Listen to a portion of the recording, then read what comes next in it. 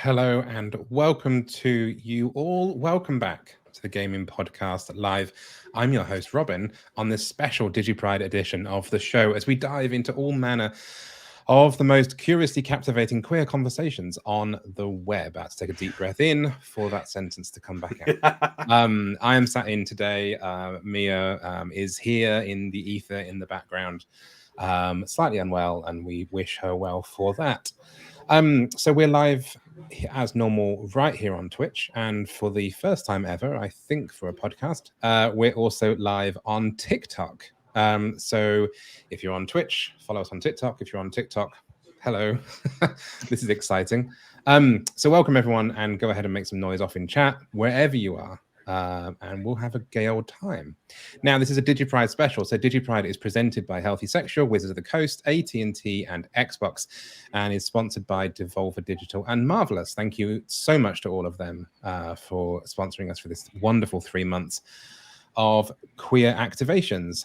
So today we're continuing our series of DigiPride roundtables, and I'm joined by 3 very special guests. Please welcome spacevalkyries, C-Dub, and Espe. Hey, you. Hi. Hello, hello. How you all doing? I'm doing good. Yeah. I'm great. Doing great. Nice. Doing good. Nice. Good. So thank you so much for making the time today to chat. It's a very prideful podcast. We're going to be talking about some wonderful stuff, which we'll get into in just a second. But before we get started, we want to give our listeners a little bit more chance, a bit of chance to get to know us all a little bit better. So what we're going to do is introduce ourselves, tell us about you, where you stream, what you do.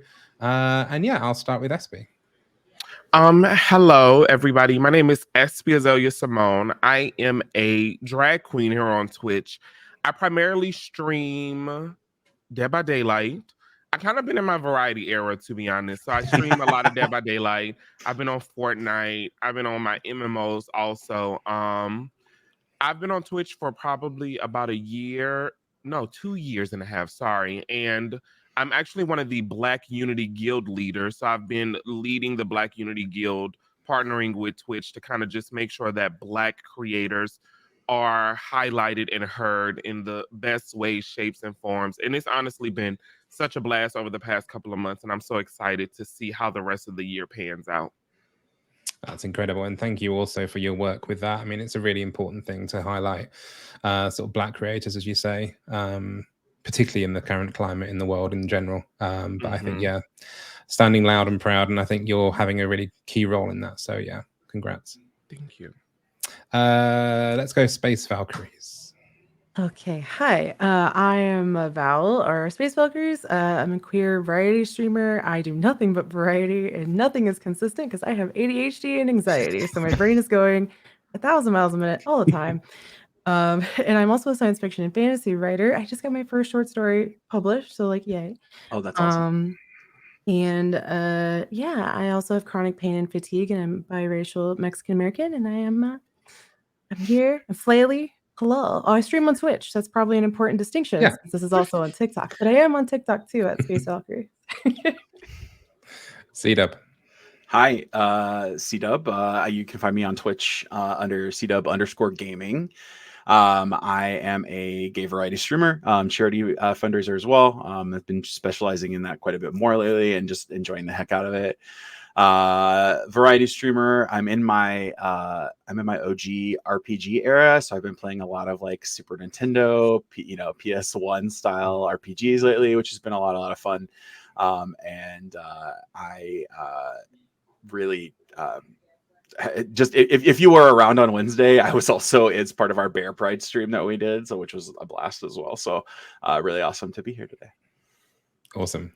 What a wonderful lineup. I'm looking forward to talking more with all of you when we get further into the podcast. But before we get started, I want to take a quick look at how you can keep yourself healthy in all situations with the following video from DigiPride partner, Healthy Sexual. Honestly, no one wants to think about HIV, but there are things that everyone can do to help prevent it. It starts with getting tested regularly.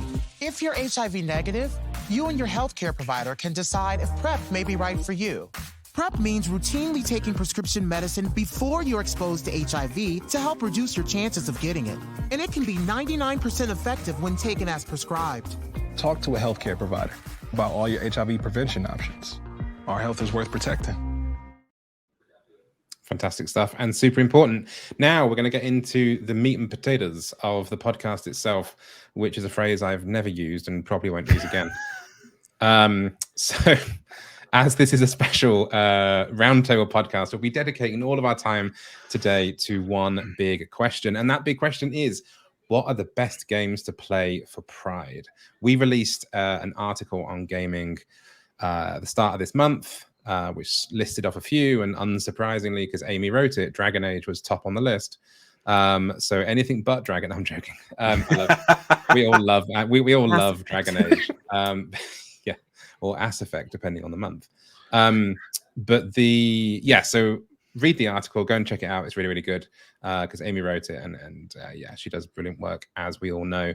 But I want to jump in and I want to ask the panel, what games do you play during Pride? And I'm going to leave that slightly open-ended as well, because we're also maybe thinking about TTRPG, board games, card games, any other games. Who wants to go first? Who wants to jump in? Anybody? I'll go first.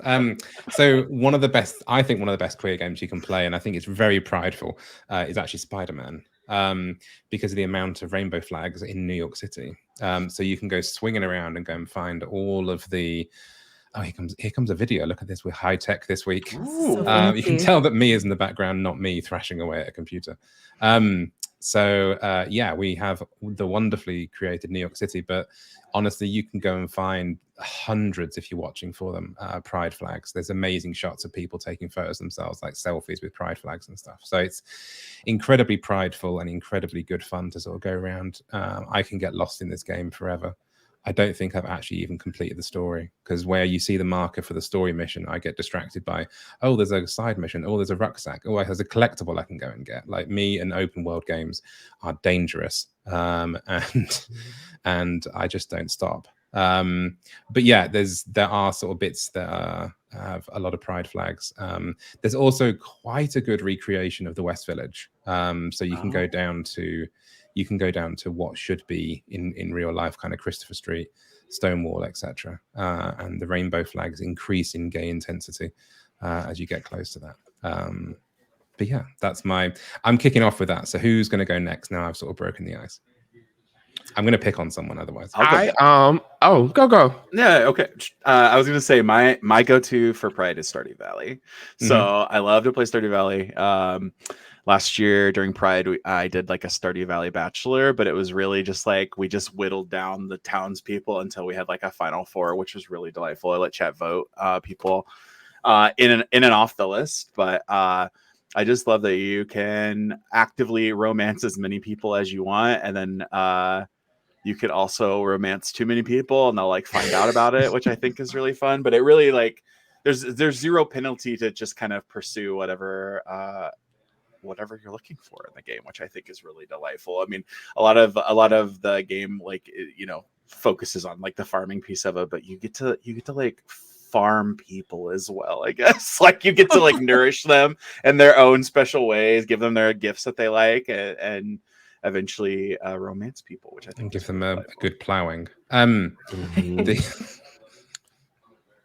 Esper, you had a game.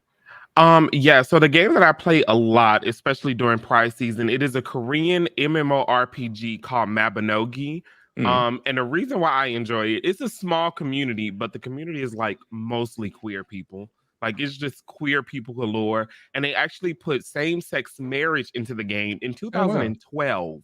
Wow. So this was it was quite a while ago. So the fact that even I was graduating high school, not to date myself, like age myself, because I tell people I'm 21, but I was graduating high school around that time, and in that moment, it just felt really good to see that, because I'm like freshly out of high school, still kind of fresh out of the closet. So I'm just like, wow, a game that will allow people of the same gender to get married. That is so cute. Mia, you might have caught her slightly off guard on this one. So she's asking, is this it? Yes, that is. There we go. Well done, Mia. That is it. I think she'll have had like The Sims and stuff on standby, but I'm not sure she had an obscure Korean MMORPG. Good work. No, I mean, it's fantastic to sort of see that not only, as you say, from 2012, which is pretty cool, but also coming out of Asia and stuff as well. Like that's a real amazing sort of step. So yeah, good recommendation. Good recommendation. Val? This year, I feel like I got really caught up in a lot of demos and stuff from like all the showcases. So the one that I've just been really hype on is Spirit Swap, because they introduced a new character in the demo that's like a they them thembo. Like I love them. They're so good. I know the full game's not out yet, but I love playing it every time the demo comes out, like a new version of it. It's just so good. So go like wishlist that. We do like Spirit Swap, and we've actually had them on the podcast previously as well. Actually, I think we had them on an indie panel at last year's DigiPride as well. So yeah, top work from them. And I think the representation and the authenticity and stuff is fantastic. And I think more games kind of playing into just the relatively straightforward kind of dual swapping mechanism, but still keeping the representation there and keeping the authenticity there, I think is really important. For sure. Another one for me is Wildflowers. Since it came out, it's one of my little things I can kind of dip back into occasionally. It has a lot of Stardew vibes. It has a lot of farming, but it's 3D and it's a bit sort of Animal Crossing-y. So it's kind of Animal Crossing meets Stardew Valley meets a Pride Parade. Because it's very gay. There's a lot of wonderful representation. There's a pride flag on City Hall, and some really, really well thought through characters. Some nice they thems.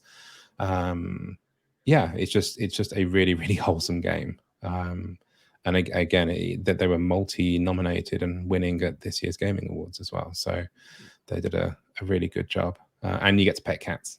So I mean, that's the priority. That's Absolutely. it, literally. Yeah, go and pet the cat. But yeah, and then there's kind of like you can kind of pursue who you want to pursue for love stories and those sort of side of things as well. Oh, and there's witches. So yeah, there's a whole witch thing as well. So yeah, witches, magic, gays, they them. I'm sold. Yeah, solid. Oh, and farming. Yeah, it's kind of the farming crafting bit is my least interest, I have to admit, because I'm not really that inspired. But then you can get your wand out and do magic farming as well. So just be careful where you get your wand out. It's a pride thing. I'm allowed to make stupid puns. So anyone else got any good games to play during Pride? Ooh, if you're looking for a... Oh, sorry. Ooh, go ahead. No, I was gonna say unpacking is definitely one of my Yes. that one I wasn't expecting to end up being like, I just thought it was because you're literally unpacking. There's no characters, like you're just you disembodied thing. And it was really cool to find out that the character is like queer, and it was just really neat. I don't know. I love this game. It's such a good game. I kind of went into it slightly blind. Like I knew of it, but then I didn't really sort of get any of the. I didn't, to be fair, I didn't do any of the sort of like reading around for the backstory. But I did do, as you kind of work through it, they start as a kid, and as they get older, you start to get kind of like clues, and you start unpacking certain things that are like, oh, that's a bit fruity. And then you further down the track, then it's kind of like, oh, they're moving in at university with another female housemate, but then that keeps going, and it's just so clever the way they kind of weave in some of that narrative. And for me, since it's kind of around the same like age range for me, it was like, oh well, I didn't come out as bi until I was like mid-20s, and then as non-binary until like my late 20s. I'm in my 30s now. I don't want to talk about it. It's fine. But so it really resonated with me. I was like, oh my God, like this is just hit me in the emotions more than I thought it would. I don't Yeah. know. I just love this game. It's so good. For a game of relative simplicity, it has some fairly deep moments. So yeah, good game. Espe, you're going to say something? Yes, I cannot go without mentioning the game of the queers, Dead by Daylight, of course. It just has to be said because the queers have just dominated Dead by Daylight and kind of just made it our game. So Dead by Daylight is absolutely one, and I thoroughly enjoy how inclusive they are when it comes to Pride Month and how many events that they have during Pride Month and how open they are to feedback. I gave them some feedback not too long ago and actually got reached out to have a conversation about what can we do to improve. So that like really touched my heart to have this game that literally launched my streaming career. Take a moment to say, okay, let's hear what you have to say. Yeah, I think listening is obviously so important. I think a lot of games maybe are a bit not as don't pay attention maybe as much to their sort of fandom as they should do because they're the ones paying the bills. But no, absolutely. I mean, the queer community, particularly the drag community, pretty much launched that game and made it the success it is. So I mean, props to everybody involved in that. And I think there's nothing funnier than watching a Dead by Daylight team run around just screaming. I think it just builds the sort of show, really. That's just me anytime I play. I can't play it too often because I get motion sick, but like anytime I do, I'm just like, I'm screaming goodbye. Screaming. I think I got past like the scare part and now I'm just like the sweat who goes in, and I don't scream unless I'm screaming at my teammates to like just sweat on the killer completely. So that's absolutely me. C-Dub, any more? I was gonna say I got to do a really fun one shot, like a tabletop RPG called Be Gay Do Crime, and those are your two actions. That's what you can do. You're basically you and your teammates are planning a heist, and obviously like whoever is running the game like sets up the story for you, but you get to create whatever kind of character that you want. They can identify however they want, and your only actions that you can do are do crime stuff, and you get to decide what those are, or do gay stuff, and that obviously is just the word they use. I mean, literally anything within the LGBTQIA, like whatever active action you want to take in that regard is considered being gay, which I think is fun. So it was really great. I got to do that last year for a charity event, which was really, really fun. But just that like kind of full world. And I actually kind of walked away from it being like, okay, I like kind of like took some like things away from it in terms of like, why did I make the choice to be a character that I kind of already am versus like somebody totally different. So if I ever got to play it again, I would just be completely, I would do it completely differently because it was so much fun. Shout out as well, actually, while we're on that topic of queer TTRPG, to Jack Dixon and Adventuring with Pride. So it's they've released a book for the last 3 years. The first one was Adventuring with Pride. The second one was Adventuring with Pride, Queer We Go Again. And the third one was Adventuring with Pride, A Queero's Journey. And they've just fleshed out an entire campaign, about 4 or 5 different story one-shots per the book, pre-rolled characters, descriptions, and everything else. He's double Gaming Awards winner for the last 2 years. Last DigiPride, we played a game out of Adventuring with Pride as a big charity fundraiser one shot, and we've also got another one shot coming up in July next month, where we're going to be debuting one of the storylines from the latest book as well. So that's kind of similar to what you were saying, but I think this one's probably a little bit more. There's more actions to be taken than just being gay or doing crime. I think being gay is kind of assumed. So Espe, you mentioned Dead by Daylight, and that kind of reminds me of the fact that Dead by Daylight, probably less so, and probably you'll see where I'm going with the question, but they have their charms that come out over Pride season. But a lot of other AAA games have charms and flags and events and whatever else. How do we feel about AAA Pride activations? Because are they fabulous? Are they wonderful? Do we get excited by them? Or realistically, is it just rainbow capitalism coming into gaming? Val, I can see you. I can see there's sort of like the you're on the cusp of something. So I mean, okay, I think it's fun, but also it's very shallow, which is kind of just what rainbow capitalism is in general, right? Like it's just on the whole, unlike like, as we were saying, where the developer puts in the effort outside of Pride, that's a different conversation. But a lot of them suddenly going, it's June 1st, here's the rainbows, and it's like it's June or July 1st. Now it's like gone. It's just like, okay. That is such a loaded question. I'm trying to form the words to articulate what I want to articulate. I think that, like Val said, it takes more than just putting on during Pride Month. Although this might sound so funny, I'm that type of person that's like, if you're going to exploit me for a big check. So I have companies that reach out to me.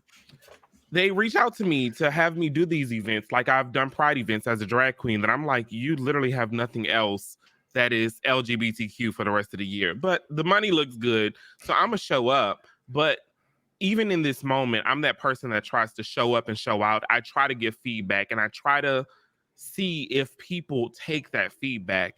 And that's why I'm so hooked to Dead by Daylight, because I know that this is a place where I can provide that feedback.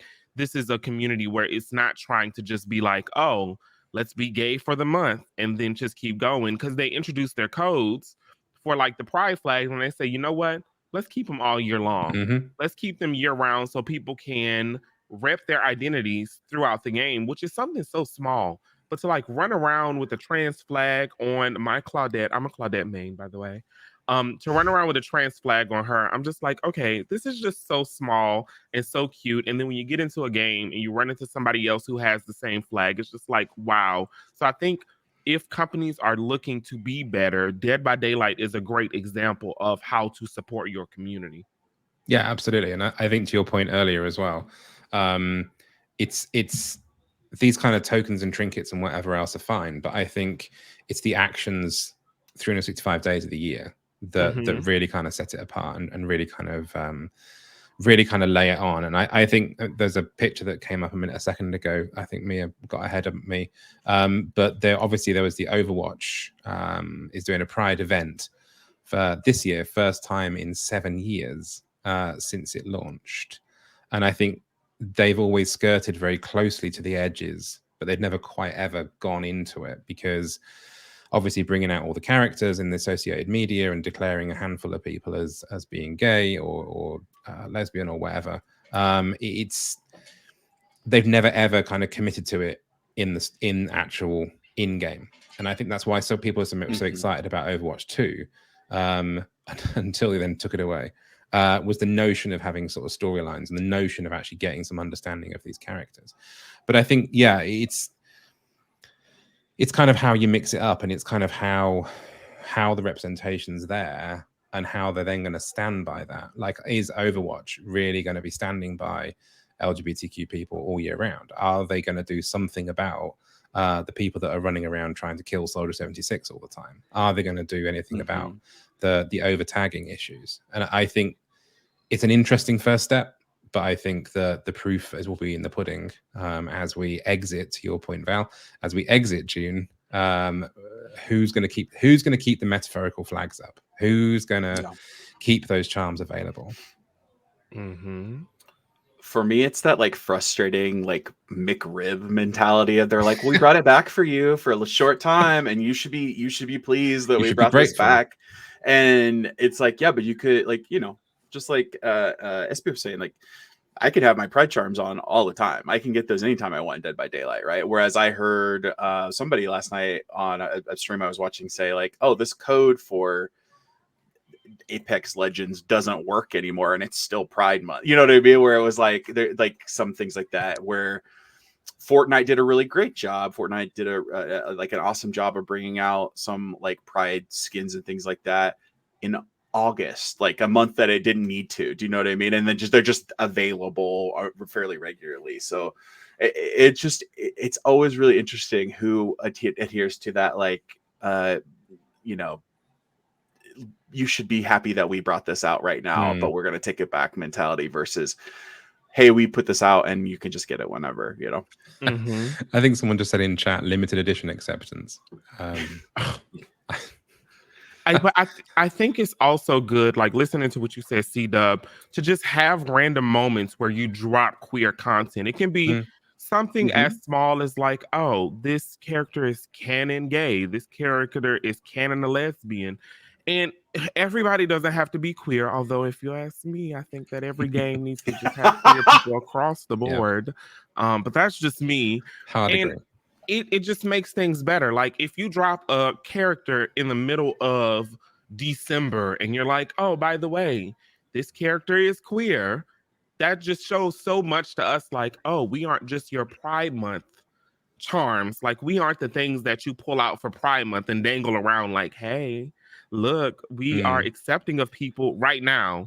Because a lot of these companies, I think, just think that once June 30th hit, like Cinderella, the pumpkin just comes back and then we're not queer anymore. And it's just like, okay, until next year in June, I'm going to just go back to being the way I am. So just dropping things throughout the year and just making things canon, because so many queer things aren't canon. It's just us queer people saying, this person got a little bit of queerness to you, so we're going to claim this. So just making things canon and including these things is a great way to harbor a space where this is accepted. Because if you don't, once Pride Month comes around, you know all the bigots going to come out and be like, oh my goodness, it's that month again. Let me be mean all month long. And then once the month is over, they just go back to the heteronormative ways I was of the talking to game. someone. Yeah, absolutely. And I think you're totally right. I mean, Val, you mentioned Fortnite. Sorry, C-Dub mentioned Fortnite. Someone mentioned Fortnite. And yeah, that they're big rainbow things in August. Fantastic. Do more of that. Like we don't all need to have Pride Month. Pride Month in a way, and I'm going to slightly avoid trying to get too high on this soapbox, but Pride Month doesn't even make any sense anymore because so many prides happen outside of June. Like particularly in the UK, like we've sort of adopted the American Pride Month, but actually none of our major prides happen in June. Like they're May, August, and September. So it doesn't really make. Why are we kind of cramming ourselves into that box, or probably more corporately letting ourselves be crammed into that box? Whereas I think actually there's amazing, and we'll come on and talk about the importance of indies in just a second. But there's indie games being released all year round. There's Fortnite doing their rainbow thing in August, and there's just so much more there. Like we don't all save up our gayness until June and have one massively fabulous game month and then just pop it all back in the box again. Some do. But it's kind of like we need to do the representation all year round, and that's kind of why with gaming we do gaming live in October, we do the awards in March or April. It helps spread it around, and it also helps with it helps brands also put some money across and get involved in activation that's not in June.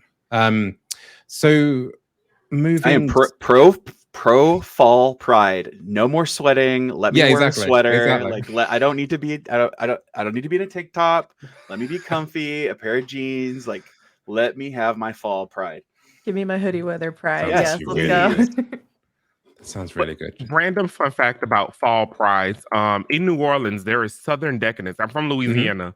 Southern Decadence is kind of a form of gay pride, but just New Orleans.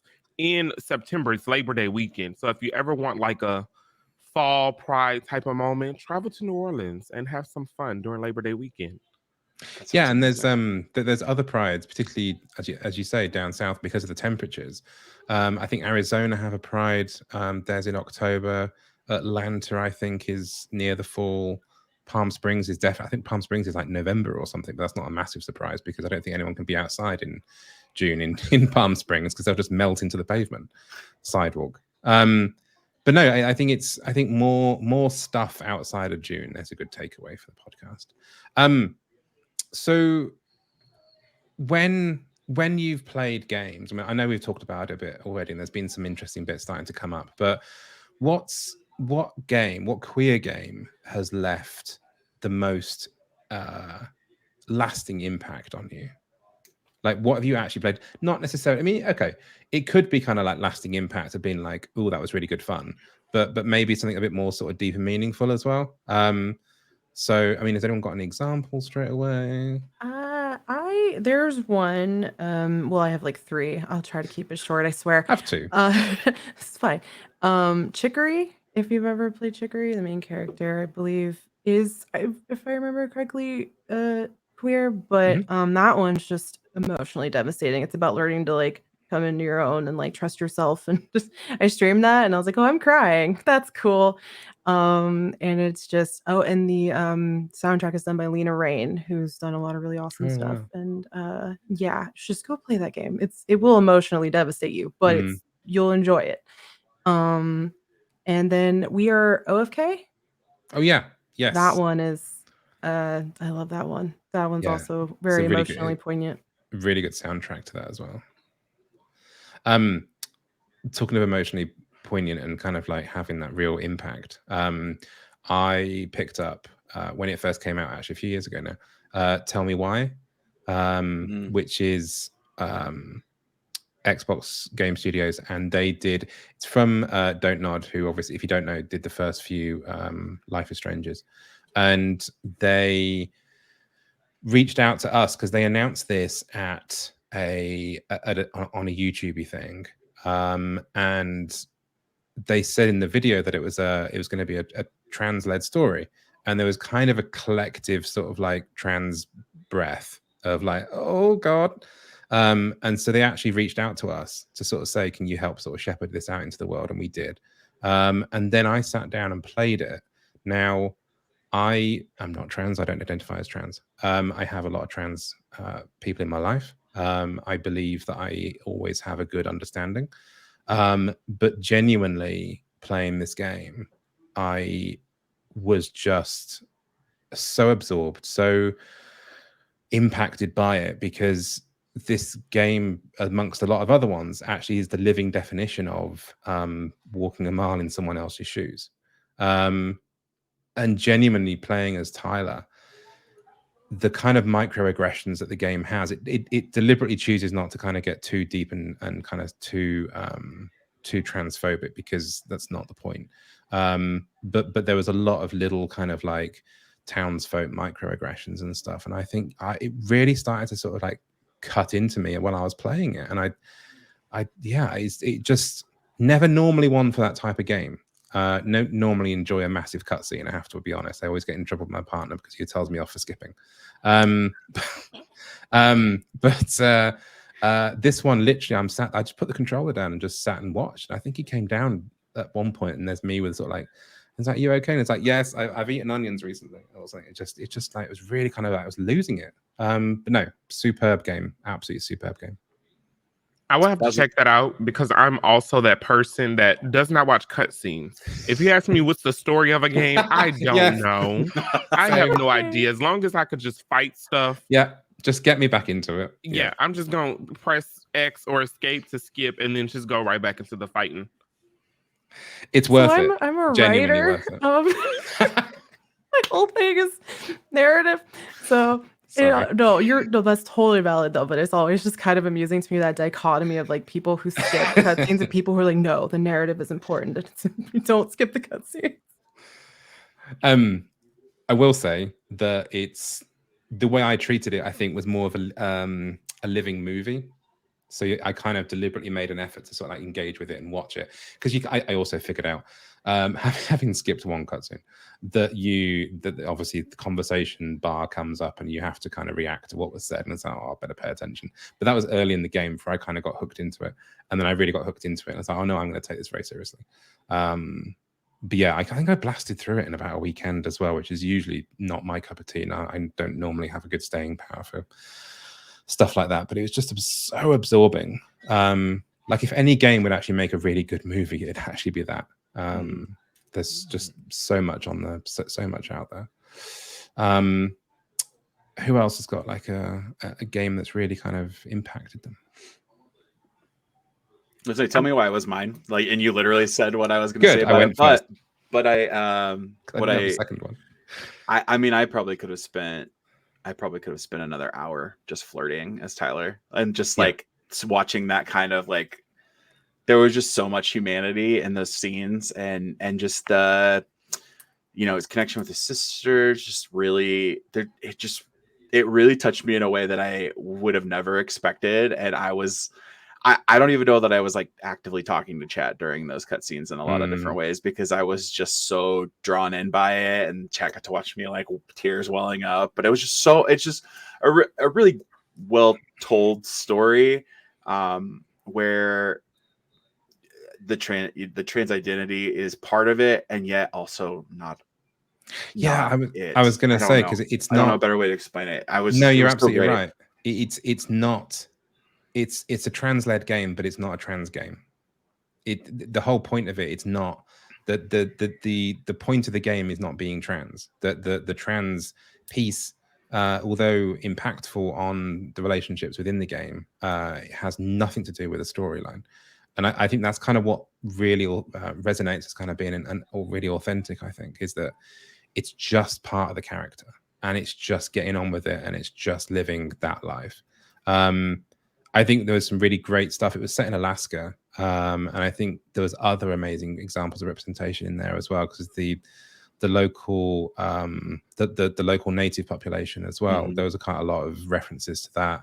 I know they got some consultants in from that side of things as well, and I think there was some lovely tributes and names involved, and monuments and tokens and that sort of stuff as well. So it's just like really, really wholesome game all round. SB, what game has kind of impacted you? So I spoke about it as like the very beginning. Mabinogi is that one. I started playing this game. It came out in the USA, I think in 2009, because it was a couple months after I came out of the closet. Which I keep dating myself. I was gonna say, shush. I'm 21, y'all. Yes. But to have this game, at first it was just like, oh, this is the game that me and all my gay friends play, because that's how I got into it. But then as time went by, you start to see these things added in. A lot of times the Korean servers get it first, but then as soon as the Korean servers get it, you're like, oh, this means that it's coming to us. So seeing all these queer things be added into the game, like the marriage, just kind of took me back, because even in America at that time, if you're saying, oh, queer people are getting married, the world's going crazy. So just hearing that, I will leave this game for 3 years. And then out of the blue, I'm just like, I need a little extra queerness in my life. Let me re-download this and go play again. And that's kind of where I've been for the past 2 months, just like really deep into this game. So it's one of those games that I always think back to anytime I see games starting to like include things such as like queer marriage, things like that. I'm like, oh, Mabinogi is a trailblazer when it comes to that. It's been there for so long, which I'm only 21. So like, even though I came out in 2009, it's fine. Very young. The math doesn't add up, but it's okay, because it's a game that has been around for so long, that has done these things, that just makes me appreciate it.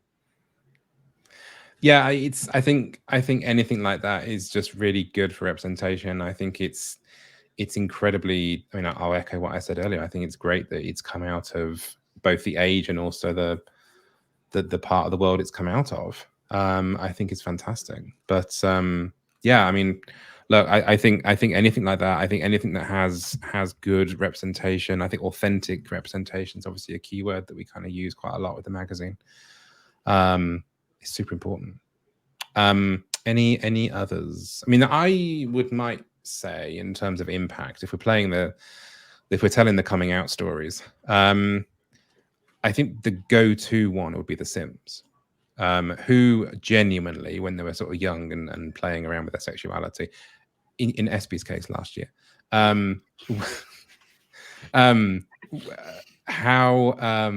how many times have you ever sort of like created gay characters in The Sims and tried to make them kiss? How find me a youth who plays video games that doesn't make gay characters in The Sims.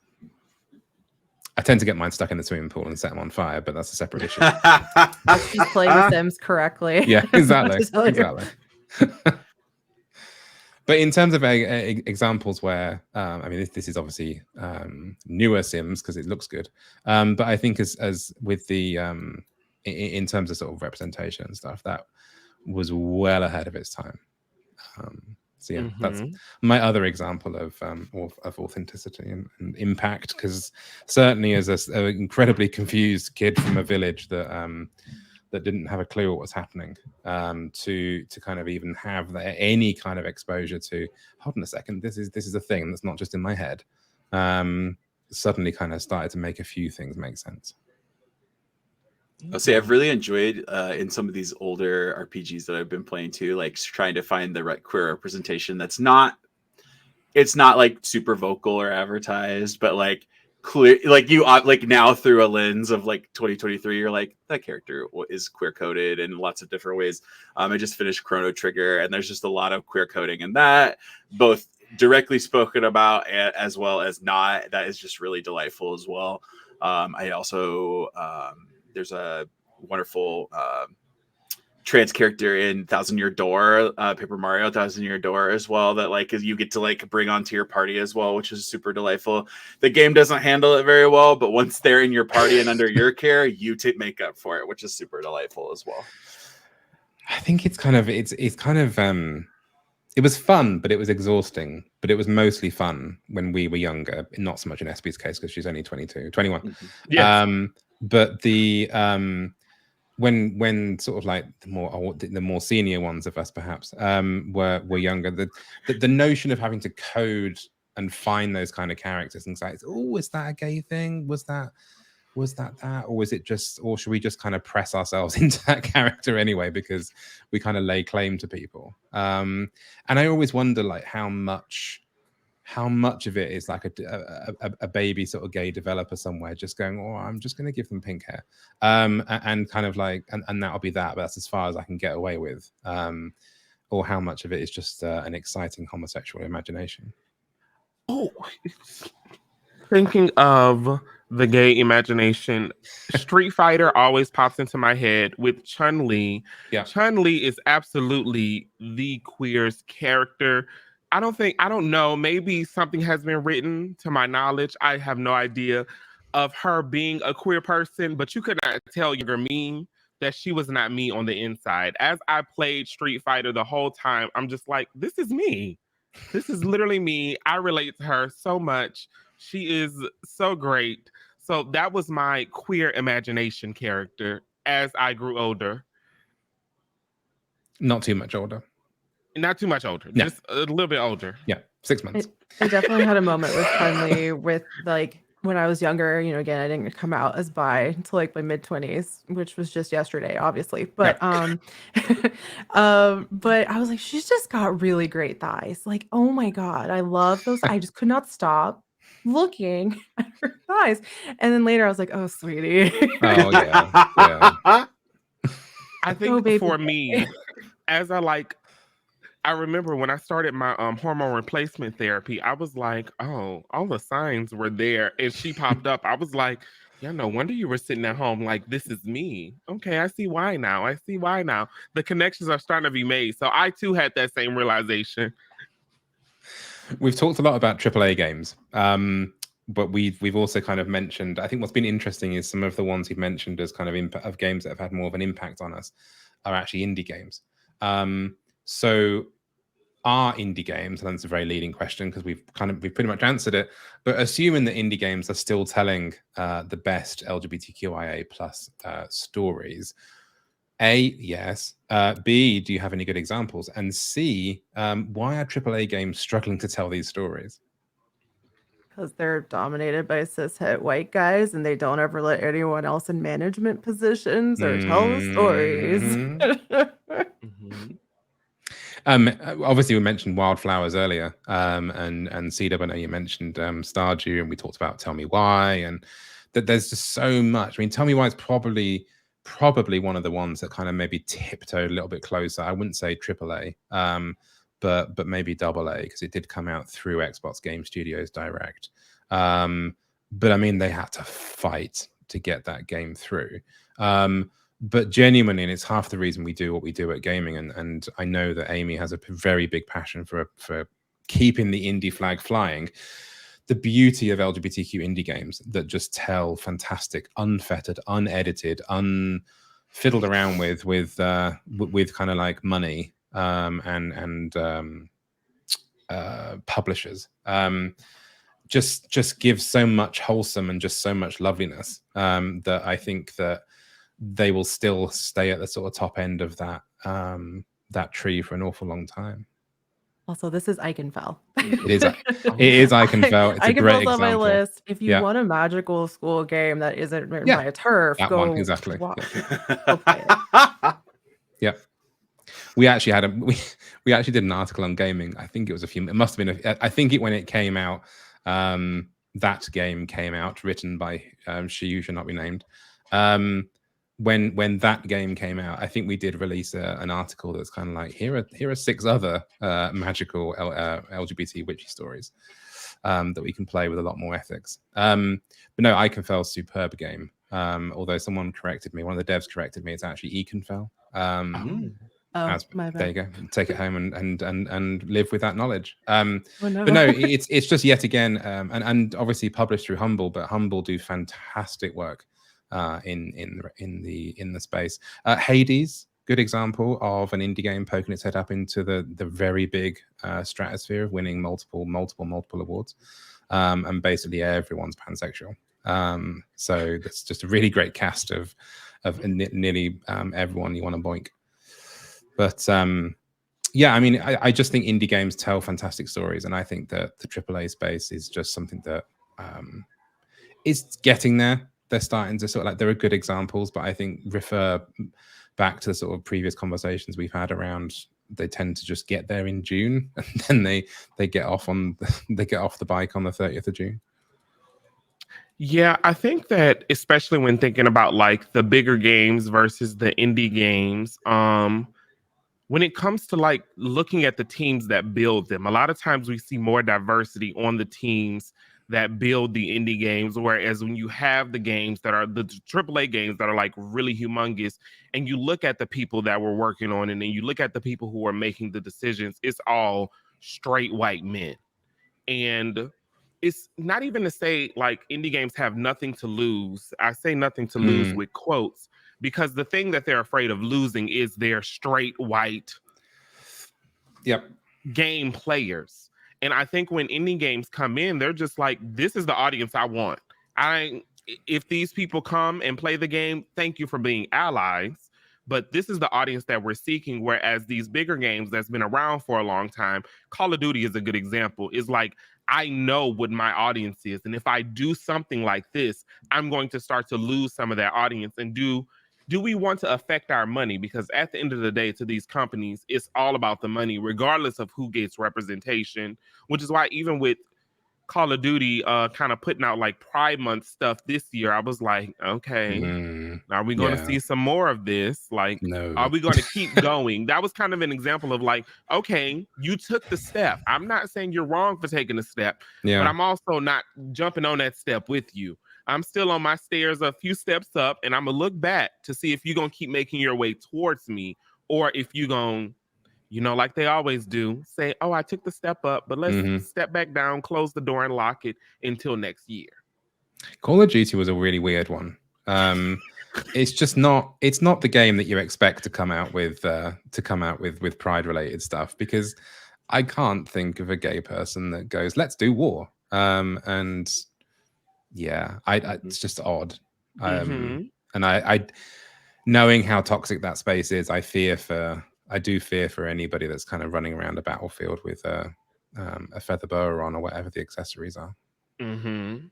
So I think it'll be interesting to see how that progresses. And it just feels good to know that these indie games come into the space with the idea of, I know who my target audience is. If I don't get the other target, if I don't get this other group of people, I'm not going to cry in my room at night. Absolutely. I think it's a great point. I think, yeah, you're right. It's the AAAs are trying to please everybody and at the same time almost end up pleasing nobody. But I think the indie games that go, this is our audience, this is our game, it's gay as hell. I nearly swore. And we're just going to go with it. And we all will sort of embrace that and we'll love the space that they've created for us. Wonderful. I think that's really great. I'm excited for more queer stuff happening outside of June. And I think we've definitely some good recommendations there. Definitely some games that everyone should go and pick up and play. And we are going to move into our quickfire questions section. But before we do, the AT&T Turn Up the Love Tour is back and bigger than ever. So check this out. Turn up the love. Turn up the music. I wanna dance and you could take my hand and we could keep on moving. Turn up the love. Turn up, turn up, turn up the love. Turn up the love. Oh, stunning lineup. You can find out more about the AT&T Turn Up the Love Tour, including how it is celebrating the LGBTQ community, supporting the Trevor Project, and where these free events are being held by visiting turnupthelove.com. Now, we always like to finish our podcast with quickfire questions in a panel setting. That's going to get a lot messy very quickly, and I'm really looking forward to it. So I'm going to go clockwise around the screen. So I'm going to go Valkyries, Dub, C-Dub, people's names. Valkyries, C-Dub, SB. And so I'm going to kind of keep rotating around. But the idea is quick and quick fire and just shout it out. So, Val, ready? No, but yes. Let's go. What was the one game that defined your childhood? Pokemon. C-Dub? Mario, like the very basic first Super Mario. Nice. SB? Pokemon. Double Pokemon. Who's your favorite video game character? Oh no. Right now, because I just played Spirit Swap not that long ago, Iskander. Sander? They thembo. Lovely, lovely thembo. Go play Spirit Swap. That's all. Love it. Cedar? Birdo. Delightful. Trans icon. Yeah. Trans icon, truly. Yeah. SB. Espeon. I'm gonna stop for a second. Is that where you got your name from, or we just make the I connection? love it. Yes. Love that. What's been your favorite game this last year? So, it's some skip me. I'll come back. Okay, come back. Cedar. Chrono Trigger. I missed it. I missed it as a kid, so it's been delightful to go back and catch it. Nice. SB. Fortnite. Yeah. Val. Back to you. I'm just gonna say Beastie Ball. It's a demo. It's not out yet, but I had fun with it. It's Pokemon volleyball. So if you like volleyball anime and okay. Pokemon, go play it. SB Is might it? like it. I was about to say, is SB playing volleyball? Okay, I'm gonna go to C-Dub. We're gonna break the circle slightly. C-Dub, what game do you most want a sequel to? Ooh, Stardew Valley. I would love a brand new Stardew Valley game. Stardew Valley That would 2. be amazing. I'm really excited for that haunted chocolatier to come out. I know it's on pause right now, but I'm excited to see what else that comes out of them. Nice. SB. Dead by Daylight. Yeah. It could do with a number 2 by now, shouldn't it? Yes. It's really weird. Yeah, that sort of, yeah, I think a good upgrade. I think, yeah. Val?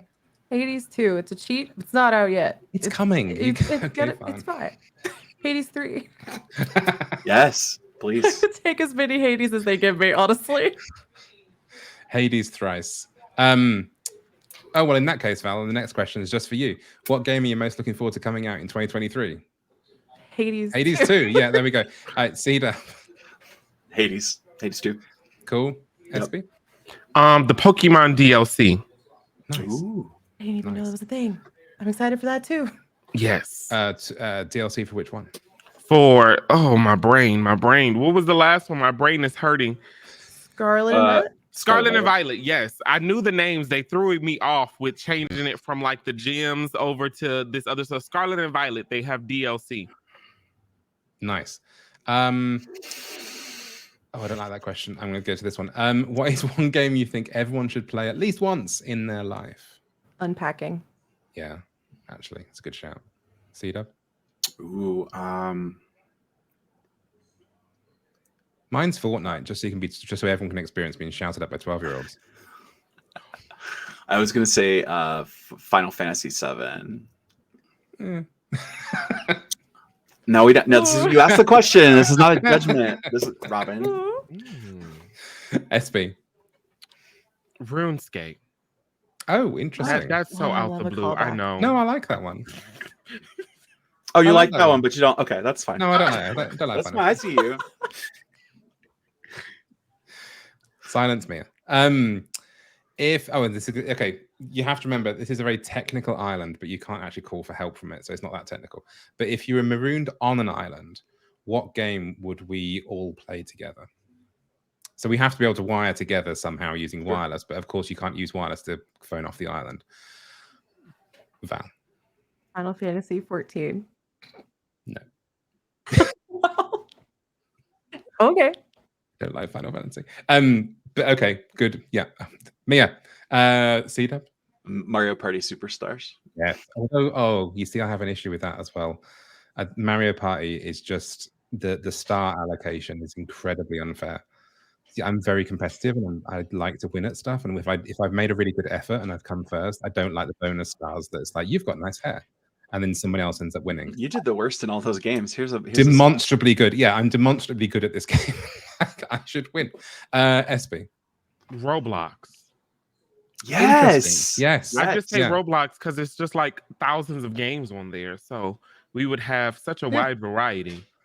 Exactly. And we can sort of like we could use it to sort of model wooden ships and stuff as well to kind of test out. Yeah, that's very practical. I like that one. Val, what one word sums up your Twitch streams? Laylee. C-Dub? Bratty. I'm seeing a theme. SB. Ghetto in the best way possible. A good ghetto. Yeah, yes. I like that. The next question, you can take all the time you wish. Where can people find you? And if you can, share with us what projects you're working on at the moment or might have coming up in the future. Val? You can find me pretty much anywhere at spacevalkyries. For now, I stream Monday, Wednesday, Friday, and Saturday at 1 p.m. Eastern on Twitch. That might shift up because I have chronic pain and fatigue, so it might just go down to Wednesday, Friday. And I'm working on a serial fiction series, so cozy, queer, sapphic, mystery detective series. So I'm gonna get that on Patreon. That's my spacevalkyries, so I can say words. Nice. C-Dub. You can find me @CDub_gaming. You can find me on all socials under that. Current projects that I'm kind of working on. I am excited. I've been in developing outside of Twitch. I do professional improv comedy. So I have been trying to I've been trying to figure out a way to like combine the two. And so I'm working on like an interview kind of podcast where it's less of a podcast but more about a play with me and multiple different levels. So we play a game together, we play some improv together, and like we chat and learn more about you. Nice. So I like that. SB. You can find me on every social media network at EspeSymone.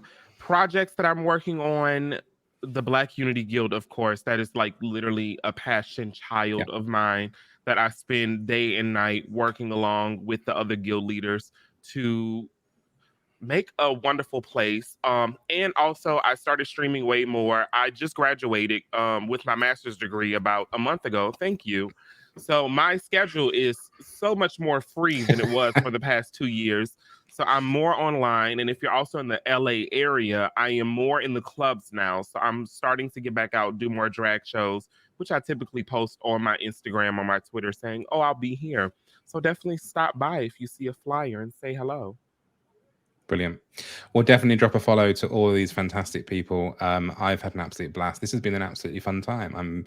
I miss hosting, but Mia's definitely coming back next week because I've got too much on my plate. So thank you, and please everyone throw out some love in chat for Space Valkyries, C-Dub, and EspeSymone. And also a big thank you to our DigiPride partners, Healthy Sexual, Wizards of the Coast, AT&T, Xbox, and our sponsors, Devolver Digital. And Marvelous, thank you at home for watching and being with us at this beautiful time of Pride. Go forth, be prideful, celebrate yourselves, be yourselves, and be proud and fierce. Thank you for joining us on this wonderful roundtable episode of the new Game Podcast Live. We'll be live tomorrow for a special Juneteenth panel with NYC gamers. So tune in at 3 p.m. Eastern, 8 p.m. UK for what promises to be a very informative and empowering session with NYC gamers taking over the stream, taking over the channel for an incredible day. Until then, you can follow the Gayming Mag channel right here on Twitch, or you can subscribe to our YouTube channel so you don't miss any of these amazing shows. And of course, podcast clips can be found on our brand new shiny TikTok. So please go and follow our TikTok, which is at Gayming Mag. We're also at Gayming Mag on every other social, and of course, gaymingmag.com. So see you next time. See you later. Bye.